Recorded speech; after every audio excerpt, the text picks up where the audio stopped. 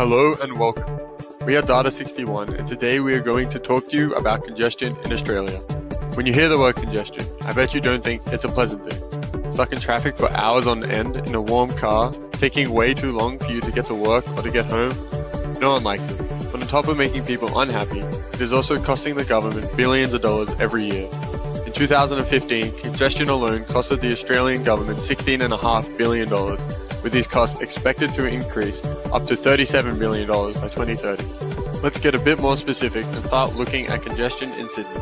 One of the ways congestion can be measured is through the use of car occupancy, or how many people there are on average travelling in a car.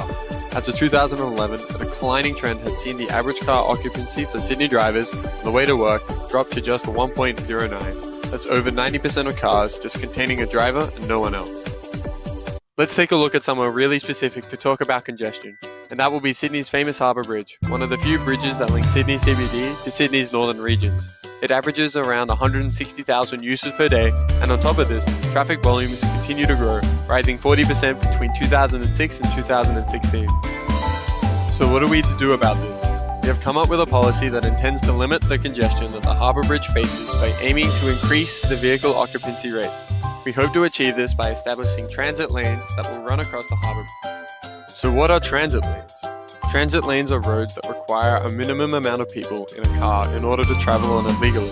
Having these transit lanes on the Harbour Bridge should encourage more drivers to use them, as most traffic across the bridge won't meet this criteria, making them significantly less congested. Since we want to deal with congestion, it won't be necessary to have these transit lanes running all the time. Instead, they will be focused during the peak hours of traffic where congestion is highest, namely between 6:30 a.m. and 9:30 a.m. in the morning and 3 p.m. and 6 p.m. in the evening. Establishing the transit lane should not take very long nor be very costly, and monitoring it is not difficult either. We at Data61 have the technology to monitor occupancy rates as well as analyze the traffic data and congestion.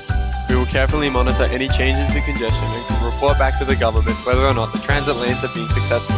If successful, this policy could be spread to other major roads that face congestion issues around Sydney. So what can you be doing to help?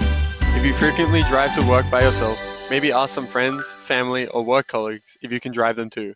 And if you're a business, help employees get to know each other and where they live so they can drive each other to and from work. You could even set up driving buses to encourage workers to drive each other.